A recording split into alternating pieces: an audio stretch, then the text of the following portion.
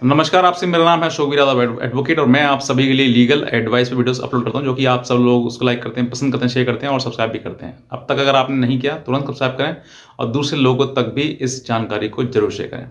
बहुत सारे ऐसे हस्बैंड्स हैं जो कि पत्नियां भी हैं कुछ, जो कि अपने पति या पत्नी से बहुत ज़्यादा परेशान हैं। परेशान इतना है कि उन्होंने अपना जीवन जो है वो एक ऐसा बना लिया है कि अब जो है वो जीवन जीने का राह ही उनकी ख़त्म हो गई है।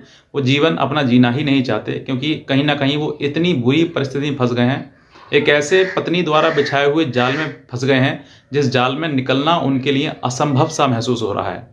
तो आज मैं आपको बताऊँगा कि अगर आप किसी भी जाल में, किसी पत्नी के जाल में, चाहे उसके द्वारा झूठे मुकदमे हैं, चाहे 498 है, मेंटेनेंस, डीवी, इन सभी मुकदमों में अगर आप फँस गए हैं, तो आपको बहुत आसान तरीका ये है कि आप उस पर सेक्शन 9 का केस फाइल करवाएँ।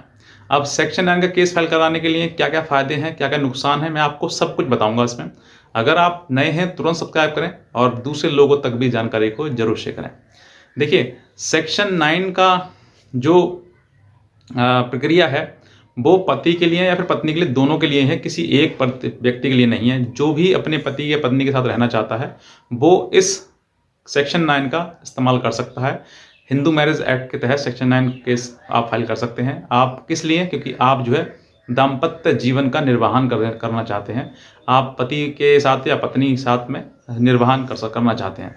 तो अगर आप पति हैं और अपनी पत्नी को रखना चाहते हैं और आप उसके साथ रहना चाहते हैं, तो आप सेक्शन 9 का लीगल नोटिस भिजवाएँ पहले और उसके बाद सेक्शन 9 का एक केस करें।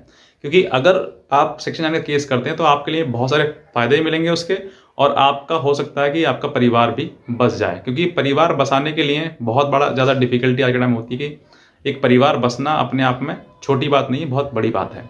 क्योंकि आजकल परिवार ऐसे टूट जाते हैं जैसे गर्लफ्रेंड बॉयफ्रेंड जैसे दोस्ती टूट जाती है, वैसे ही। तो आज का समय अगर आपको सेक्शन 9 का केस करना है, तो मैं आपको आज उनके बहुत ज़्यादा बेनिफिट्स बताऊँगा और हर एक तरीके से आपको वो चीज़ें बताऊँगा जो आपको ज़रूरी हैं अपने जो शादीशुदा जीवन में है, उस जीवन में।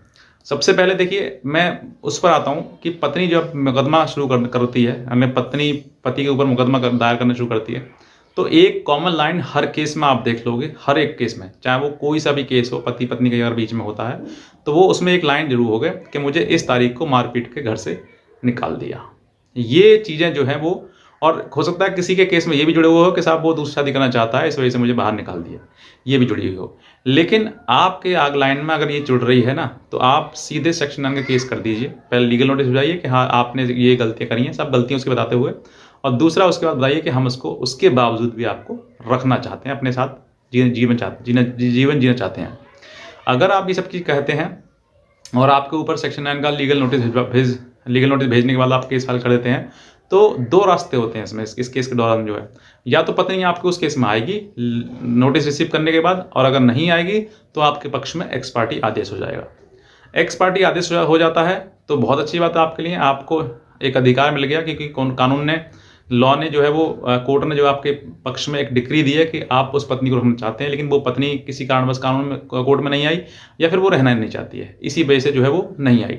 अब आपके पास जैसे ही उस सेक्शन 9 की डिक्री आ गई, तो अब आपके पास जो उस पत्नी ने आपके ऊपर आरोप लगाया था कि मुझे रखना नहीं चाहता है, मुझे घर से बाहर निकाल दिया है, दूसरी शादी करना चाहता है, ये वो दुनिया भर की चीज़ें लगा रही हैं, उन सब चीज़ों की एक ही एविडेंस बन गया आपका कि आप उसको रखना चाहते हैं, लेकिन वो रहना नहीं चाहती है। अब हर जगह पर जहाँ पर पत्नी ने ये बातें कही हैं, चाहे वो डीवी में कही हो, मेंटेनेंस में कही हो, 498 में कही हो, सभी की सभी बातें झूठी हो गई।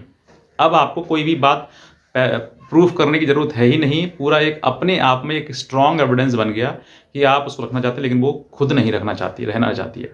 अब बात करते हैं कि आपको इसके फ़ायदे क्या हुए। जब आपके पास सेक्शन 9 का जो डिक्री है वो आपको मिल गई है, आपके पक्ष में आ गई है, तो अब आपको पत्नी जहाँ पर भी जाएगी, वहीं कोर्ट में आप दिखा देंगे, चाहे वो डीबी का हो, मेंटेनेंस का हो, 498 का हो, कहीं पर भी हो, कि साहब देखो हम तो इसको रखना चाहते हैं, लेकिन ये खुद नहीं रहना चाहती है। तो वहाँ पर हर जगह उसको कोर्ट भी फटकार मारेगी, थाना कोर्ट कचहरी जहाँ पे जाएंगे भजन फटकार मारेंगे, आप खुद नहीं रहना चाहती हो, झूठे आरोप लगा रहे पति के ऊपर। तो वहाँ पर ना ही तो फिर वो मेंटेनेंस की हकदारी होगी किसी प्रकार की, ना डीवी में कोई केस आपके ऊपर कोई किसी प्रकार कर सकती है, ना 498 का कोई केस कर सकती है, और ना ही किसी प्रकार से अगर उसने केस कर दिया तो वो चलने वाले नहीं है, वो सब खत्म होने वाले हैं।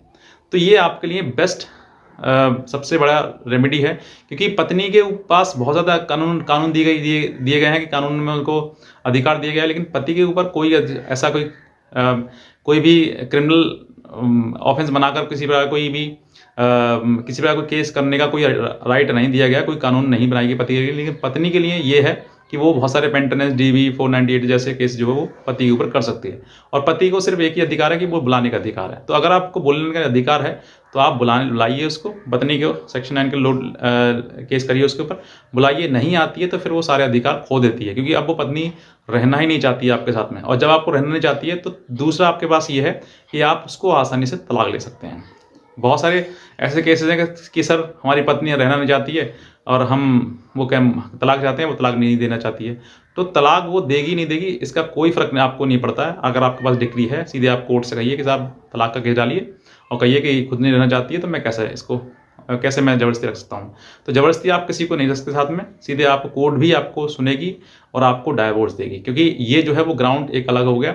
और अगर इसमें 2 साल का और समय हो जाता है, यानी कि आपको डिग्री लिए हुए 2 साल का अगर समय हो गया है, मतलब 2 साल पहले आपने डिग्री ली थी, अब आपने तलाक का केस डाला है, तो और अच्छी ग्राउंड बन जाएगा आपके लिए। एक तो डिसीजन बन गया, दूसरा आपके पास एक डिग्री होगी तलाक की, तो आपको डिग्री होगी सेक्शन 9 की, तो आपको तलाक की डिग्री भी उसमें आसानी से मिल जाएगी। ये सब चीज़ें हैं आपके लिए। तो कितना आप समझ के देखिए कि आपको ना ही तो कोई सेक्शन 9 498 में पनिशमेंट होगा, ना मेंटेनेंस देना पड़ेगा आपके लिए, ना DV में कोई आपको मेंटेनेंस या किसी प्रकार का अधिकार उसको रहेगा। सीधी बात कि आपके लिए सेक्शन 9 जो है वो रामबाण की तरह काम करेगा, अगर आपने सही से उसका इस्तेमाल किया, सही से उसको किया तो। अब बहुत सारे ऐसे भी कोई पति होते हैं जो उसकी गलतियाँ बताते हैं, लेकिन कहते हैं सर मुझे रहना ही नहीं है, मुझे खुद ही नहीं रखना, क्योंकि बहुत सारे ऐसे ही पति होते हैं। हर पत्नी खराब नहीं हो तो हर पति भी खराब नहीं है, तो कुछ ऐसे भी हैं। तो देखिए, अगर आपने इस तरीके से सोच रहे हैं कि पत्नी को मैं छोड़ दूंगा इस तरीके से ही, तो आपको वो गलत है आपका। और आपने अगर इस तरीके किया तो कोर्ट भी आपको पनिशमेंट देगी, हर जगह आपको नीचे देखना पड़ेगा।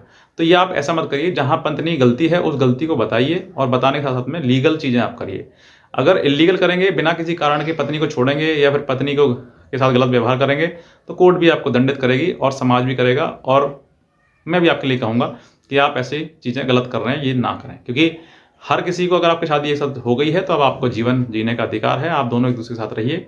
नहीं रह जाते तो अलग सेपरेटली हो जाते हैं, म्यूचुअली हो सकते हैं, लेकिन इस तरीके से ना करें।